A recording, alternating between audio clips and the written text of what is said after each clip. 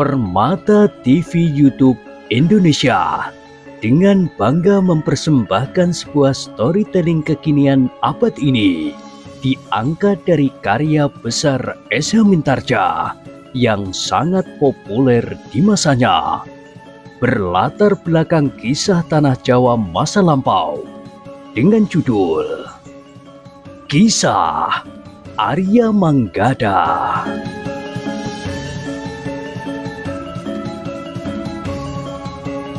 Pada kesempatan yang sangat baik ini, kita masuk pada episode yang ke-116. Selamat menikmati.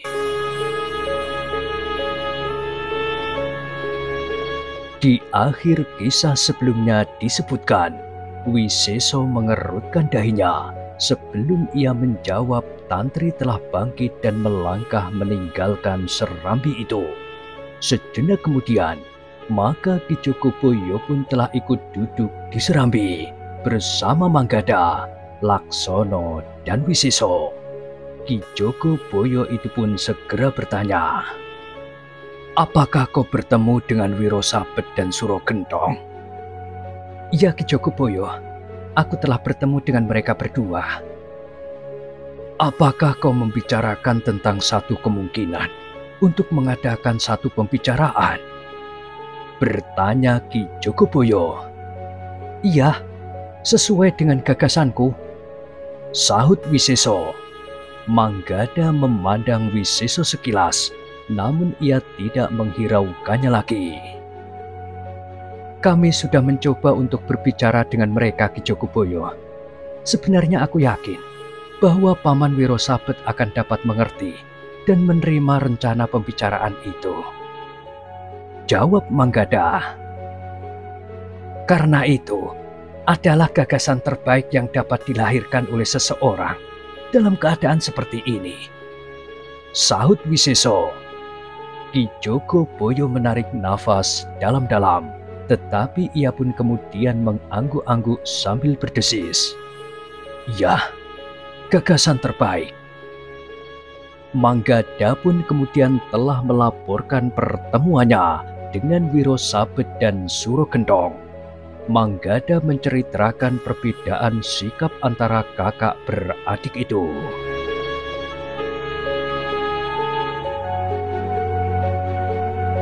"Apakah syarat yang telah diajukan oleh Suro Gentong?" bertanya Ki Jogoboyo. Satu persatu Manggada menguraikan syarat-syarat yang dikehendaki oleh Suro Gentong dan Ki Sopo Aruh.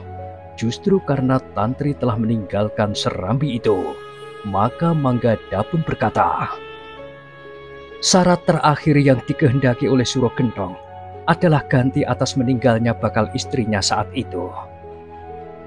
Tetapi perempuan itu membunuh diri," berkata Ki Jogoboyo. "Namun nampaknya Suro Gentong menuduh bahwa aku telah membunuhnya. Atau seandainya sebenarnya ia mengetahui, tetapi ia tentu akan berpura-pura tidak mengetahuinya. Dengan demikian maka ia akan dapat menuntut ganti atas kematian istrinya." "Agaknya memang demikian Ki Jogoboyo," jawab Manggada. Namun kemudian Ki Jogoboyo itu berkata, "Apakah ia juga mengatakan ganti seperti apa yang dikehendakinya?" Jantung Manggada pun menjadi berdebar-debar. Rasa-rasanya sulit untuk mengatakannya bahwa Suro Gentong menghendaki Tantri, gadis Ki Jogoboyo itu. Sejenak Manggada memandang Laksono, tetapi Laksono menundukkan kepalanya. Akhirnya meskipun betapa berat bibirnya bergerak, Manggada harus mengatakannya. "Ki Jogoboyo, yang dikehendaki Suro Gentong adalah Tantri."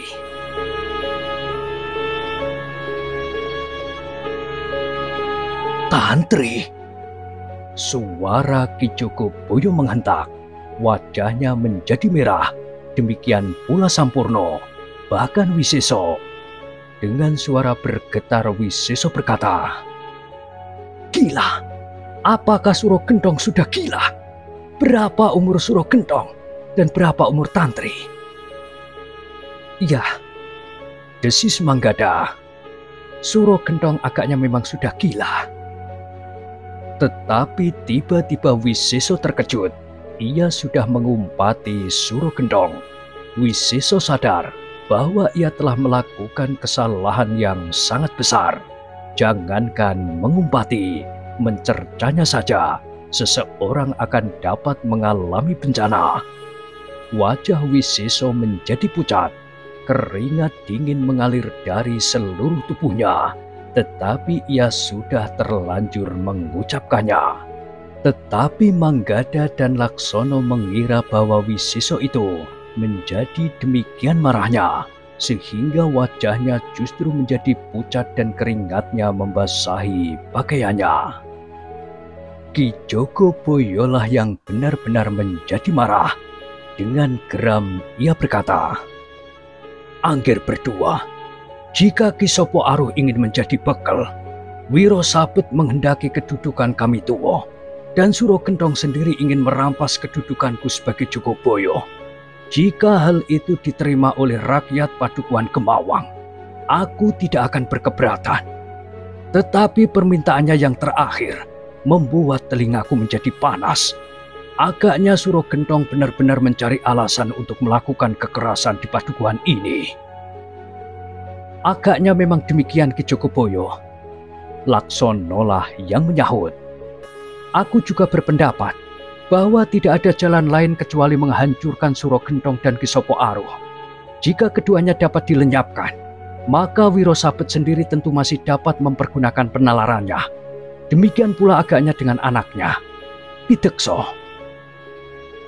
"Manggada dan Laksono," berkata Ki Jogoboyo kemudian, "aku berterima kasih atas kesediaan kalian membantu mencari penyelesaian sebaik-baiknya atas persoalan yang terjadi di padukuhan ini.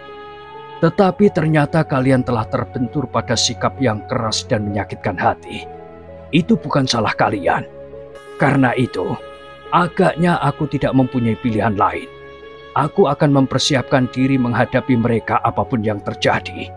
Mungkin keluarga kami akan ditumpas habis, tetapi aku tidak berkeberatan karena aku menganggap hal itu lebih baik daripada memenuhi permintaan mereka."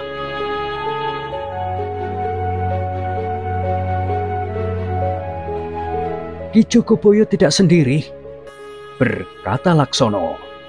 "Sejak kami menghadap, kami sudah menyatakan bahwa keluarga kami akan berdiri di belakang Ki Jogoboyo, apapun yang terjadi, karena padukuhan ini adalah padukuhan kami, kampung halaman kami."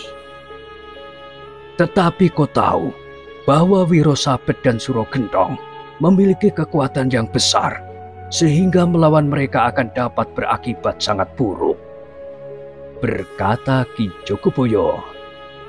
"Itu sudah kami perhitungkan," jawab Manggada. Ki Jogoboyo mengangguk-angguk. Katanya, "Aku sangat berterima kasih.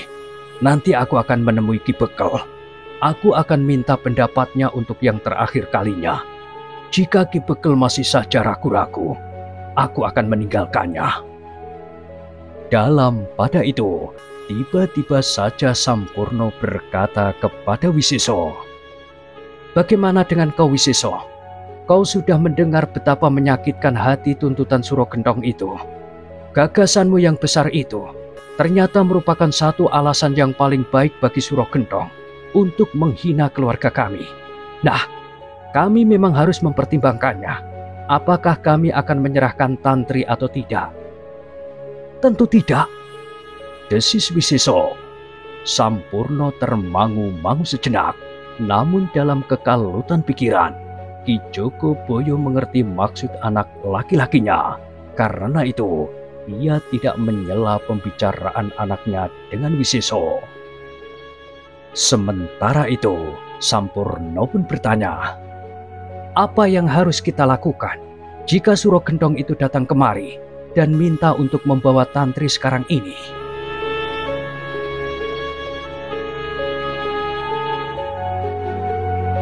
Wajah Wiseso yang pucat menjadi semakin pucat.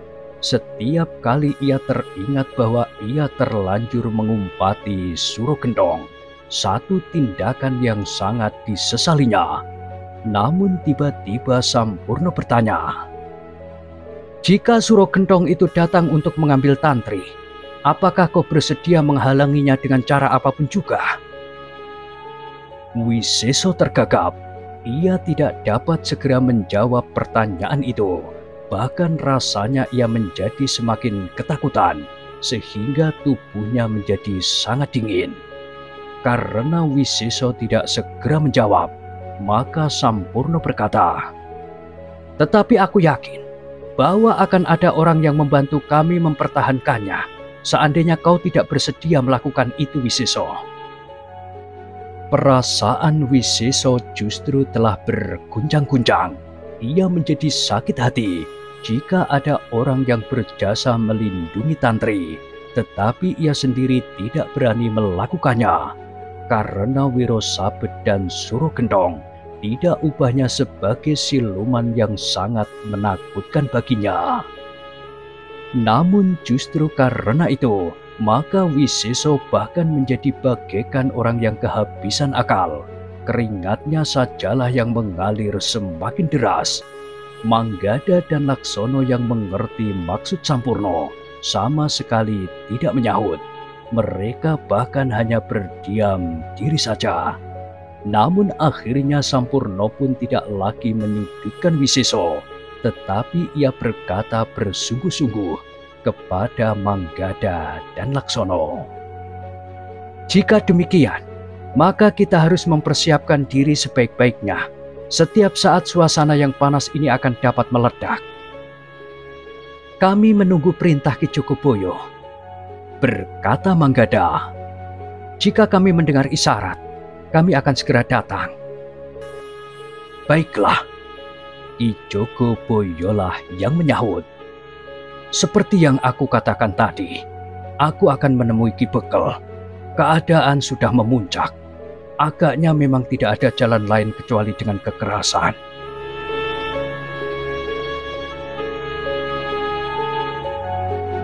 Demikianlah, maka Manggada dan Laksono pun kemudian telah minta diri. Sementara itu, Wiseso pun bertanya, "Apakah kau akan lewat jalan selatan?" "Kenapa?" bertanya Manggada. "Kita dapat berjalan bersama-sama," jawab Wiseso. Manggada menarik nafas dalam-dalam. Ia tahu bahwa Wiseso tiba-tiba menjadi ketakutan, sehingga ia memerlukan kawan untuk berjalan pulang. Karena itu, maka ia pun menjawab, "Aku dapat lewat jalan mana saja, meskipun sedikit berputar. Baiklah, aku akan pulang lewat jalan selatan."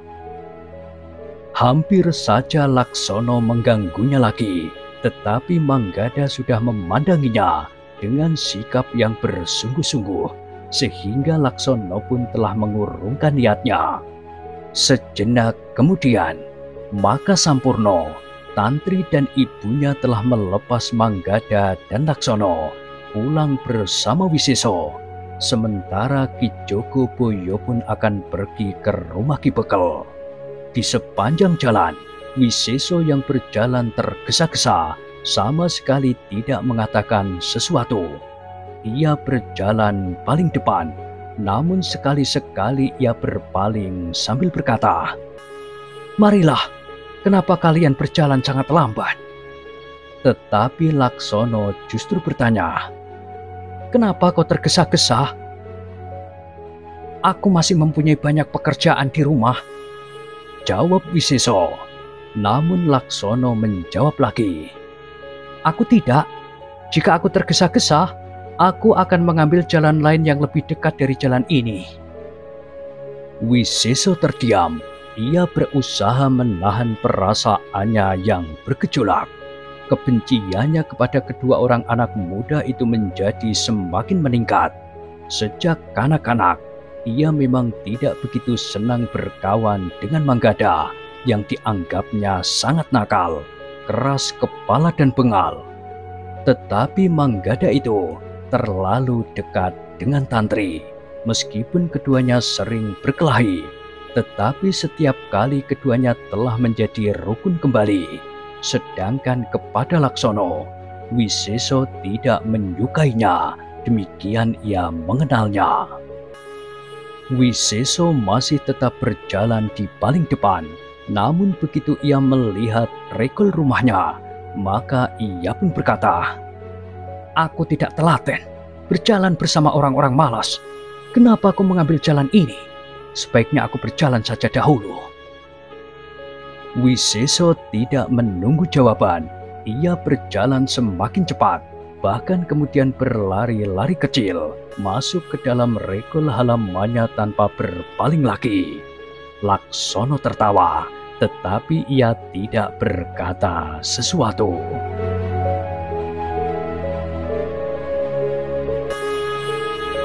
Ketika mereka sampai di rumah, maka mereka pun segera menceritakan pertemuan mereka dengan Wiro Sabet dan Suro Gendong. Meskipun sebagian telah diceritakan oleh Ki Pandi yang telah mendahului pulang, namun Manggada dan Laksono masih juga dengan bersungguh-sungguh menceritakan kembali. Mereka pun juga bercerita bahwa mereka telah singgah di rumah Ki Jogoboyo dan memberikan laporan tentang pembicaraan mereka dengan Wiro Sabet dan Suro Gendong. "Apa yang dikatakan oleh Ki Jogoboyo?" bertanya Ki Kertosono. "Ki Jogoboyo menjadi sangat marah. Ia bertekad untuk melawan Wiro Sabet dan Suro Gendong, meskipun keduanya telah bekerja sama dengan Ki Sopo Aruh," jawab Manggada. Ki Kertosono menarik nafas dalam-dalam.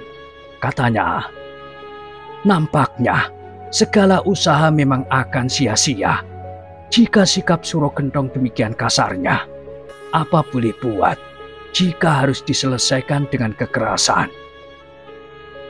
Kita memang tidak mempunyai pilihan lain. Hanya soal waktu sajalah yang menentukan benturan kekerasan yang bakal terjadi. Tetapi kita tidak tahu seberapa banyak sebenarnya kekuatan lawan itu. Kita juga tidak tahu tataran kemampuan mereka," berkata Ki Pandi. Ki Kertosono, Ki Citrobowo, Manggada dan Laksono pun mengangguk-angguk. Mereka mengerti maksud Ki Pandi, namun mereka memang tidak mempunyai gambaran bagaimana caranya mereka dapat mengetahui kekuatan lawannya itu. Sementara itu, tidak seorang pun tahu di mana Wiro Sabet dan Suro Gendong tinggal, apalagi Ki Sopo Aruh. Agaknya mereka akan mengalami kesulitan untuk bertanya kepada siapapun tentang kedua orang itu. Seandainya ada yang pernah melihat, tentu tidak lebih dari arah kedatangan mereka, terutama Wiro Sabet yang memang lebih sering nampak daripada Suro Gendong. Itu pun agaknya sulit memancing keterangan mereka.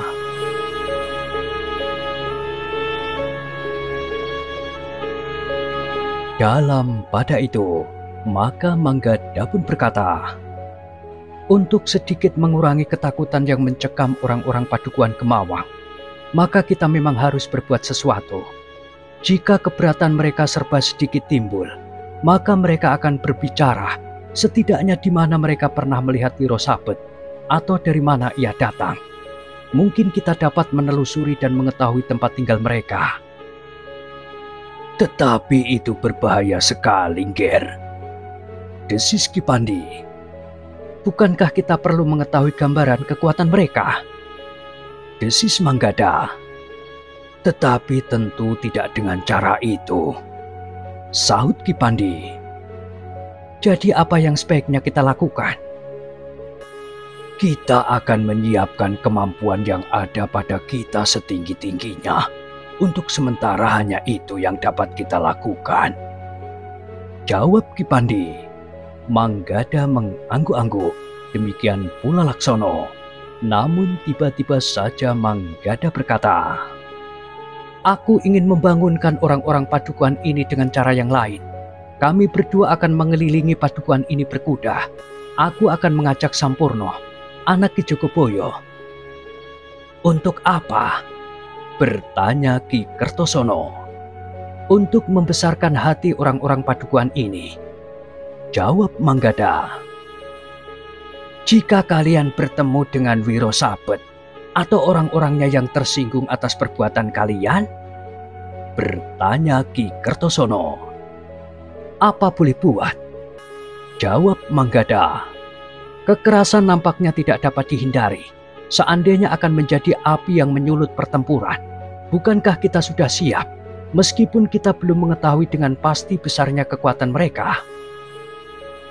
Ki Kertosono menarik nafas dalam-dalam, sementara Manggada berkata, tetapi jika benturan kekerasan itu memang harus terjadi, biarlah terjadi. Keadaan Padukuhan ini harus segera berubah.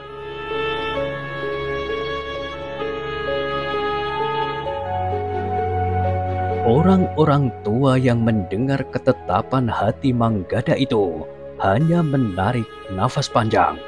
Anak semuda Manggada biasanya memang ingin memecahkan persoalan-persoalan yang dihadapinya dengan cepat. Apalagi setelah cara lain yang lebih lunak sudah ditempuh dan tidak berhasil. Karena itu, maka Ki Kertosono itu pun hanya berpesan, tetapi berhati-hatilah, kita menghadapi bukan saja orang-orang yang mendendam, tetapi juga orang-orang yang tamak seperti Ki Sopo Aruh, yang memanfaatkan keadaan dan memperalat Wiro Sabet dan Suro Gentong untuk kepentingannya sendiri. Baik ayah, jawab Manggada, sementara Laksono berkata, semakin lama keadaan ini berlangsung, maka orang-orang Padukuhan ini akan menjadi semakin ketakutan dan bahkan tidak berani membuka pintu rumahnya. Sehingga jika lumbung padi mereka sudah kosong, maka mereka akan dapat menjadi kelaparan. Bahkan meskipun padi di sawah menguning, tidak seorang pun yang akan berani memetiknya jika Wiro Sabet dan Suro Gentong berdiri di tengah-tengah bulak itu. Iya, kemungkinan itu dapat terjadi, desis Ki Kertosono.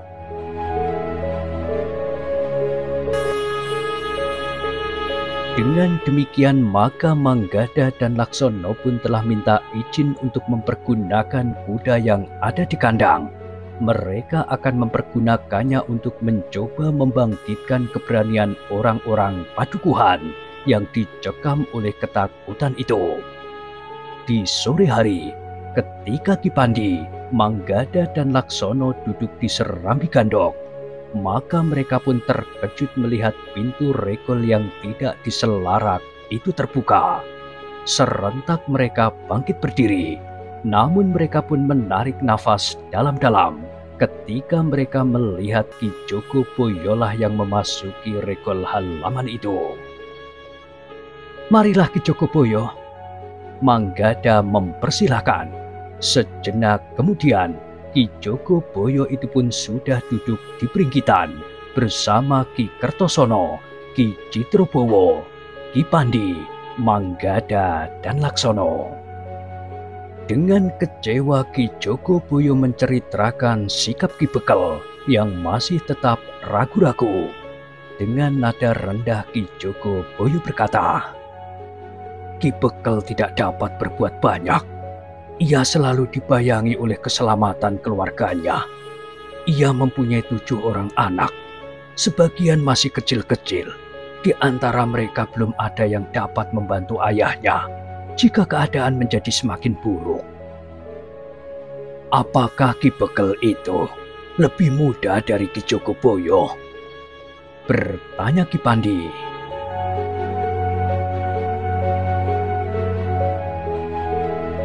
Ya, terpaut agak banyak. Aku sudah menjabat sebagai Jogoboyo ketika Padukuhan ini dijabat oleh ayah Ki Bekel yang sekarang. Suara Ki Jogoboyo itu merendah. Tetapi Ki Bekel yang dahulu memiliki keberanian jauh lebih besar dari Ki Bekel yang sekarang. Namun agaknya aku dapat mengerti, jika Wiro Sabet dan Suro Gentong itu datang ke rumah Ki Bekel, maka anak-anaknya tentu akan mengalami nasib buruk. seandainya Ki Bekel itu sendiri melawan. Ki Kertosono pun kemudian menyahut, "Jika demikian, maka kita harus menghadapinya tanpa Ki Bekel. Tetapi jika harus terjadi demikian, maka apa boleh buat?" Terima kasih Ki Kertosono dan seluruh keluarga di sini yang telah dengan sukarela membantu kami yang masih berusaha untuk menegakkan harga diri padukuhan ini. Bagi kami, apa yang kami lakukan itu merupakan bagian dari kewajiban kami sebagai penghuni padukuhan Gemawang. Karena kami merasa ikut memiliki, sehingga kami pun harus ikut mempertahankannya dari laku yang menyimpang. Ki Jogoboyo mengangguk-angguk, sementara Manggada mengatakan rencananya untuk berusaha membangkitkan sedikit keberanian orang-orang padukuhan itu. "Baiklah, aku akan mengatakannya kepada Sampurno. Agaknya ia tidak akan berkeberatan."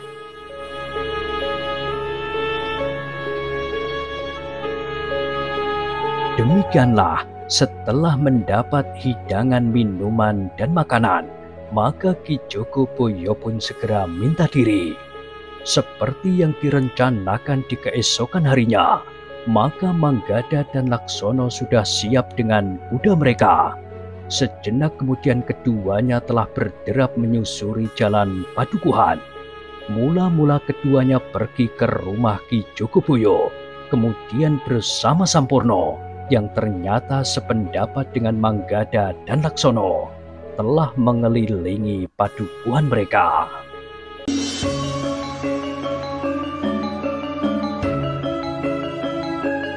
Derap kaki-kaki kuda itu memang menarik perhatian. Orang yang tergesa-gesa berjalan di jalan padukuhan untuk satu keperluan yang mendesak, terkejut melihat ketiga orang anak muda itu. Yang langsung mereka kenali adalah Sampurno, namun kemudian juga Manggada. Seorang laki-laki yang bertubuh kuat kekar, memandang ketiganya dengan penuh keheranan. "Angger bertiga, apa kalian menyadari bahwa yang kalian lakukan itu dapat mengundang kesulitan?" bertanya laki-laki itu. "Kenapa?" bertanya Sampurno. "Wiro Sabet dan bahkan Suro Gendong sering datang ke padukuhan ini. Apa salahnya? Bukankah kami berada di padukuhan kami sendiri, sebagaimana paman juga berada di padukuhan paman sendiri?" jawab Sampurno. Orang itu mengerutkan dahinya. Katanya, "Meskipun demikian, tetapi bukankah kalian tahu bahwa suasana padukuhan ini baru panas?" "Maksud paman?" bertanya Sampurno. "Ah, seperti orang asing saja kau, Nger," sahut orang itu. "Maksud paman, padukuhan kita sedang dalam keadaan ketakutan karena Wiro Sabet dan Suro Gendong?" bertanya Sampurno pula. "Iya, Nger. Jika Angger bertiga bertemu dengan mereka, maka kemungkinan buruk dapat terjadi atas Angger bertiga. Itulah yang ingin kami tunjukkan kepada paman dan kepada seisi padukuhan ini. Kami tidak takut, paman. Kenapa harus takut kepada paman Wiro Sabet dan Suro Gendong? Mereka dahulu juga penghuni padukuhan ini. Bukankah kita sudah saling mengenal?"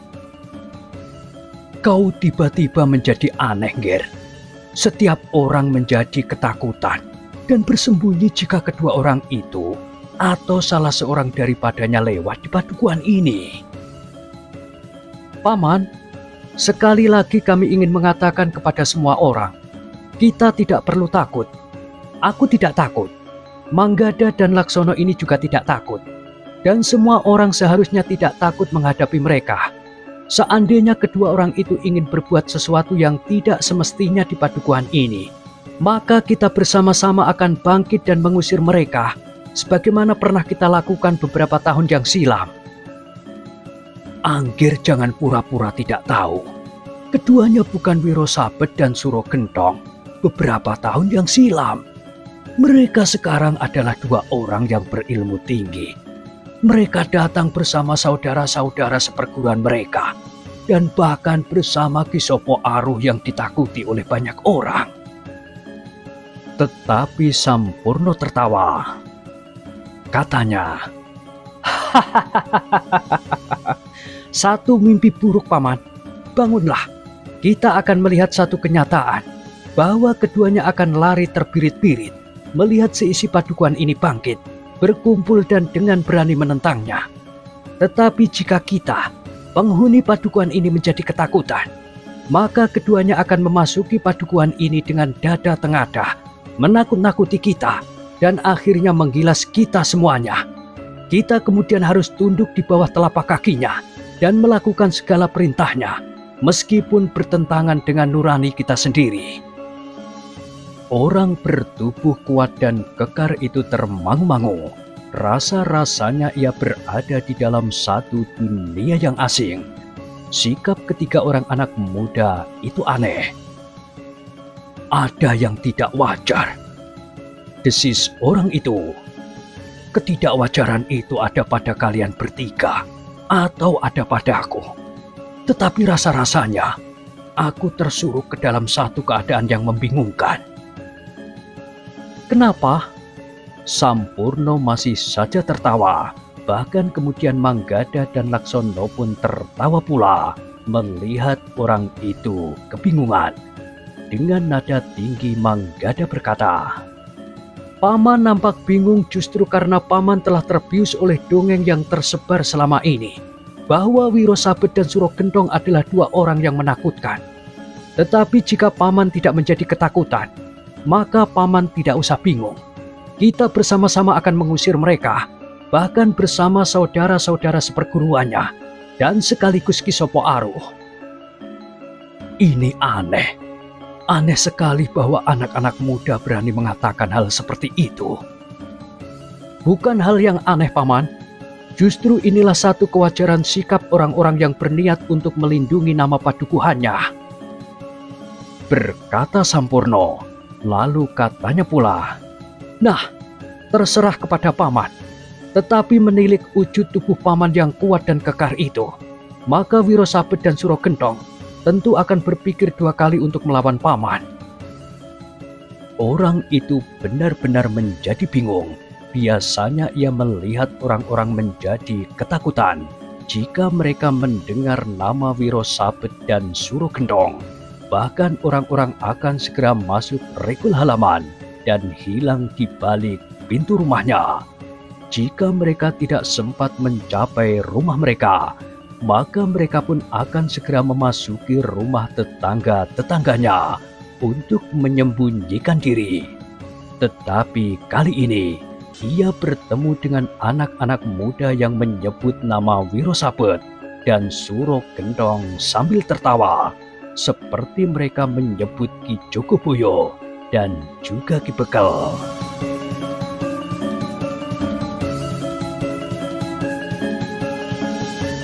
Nah, bagaimanakah kisah selanjutnya? Silahkan ikuti terus kisah Arya Manggada pada kesempatan berikutnya.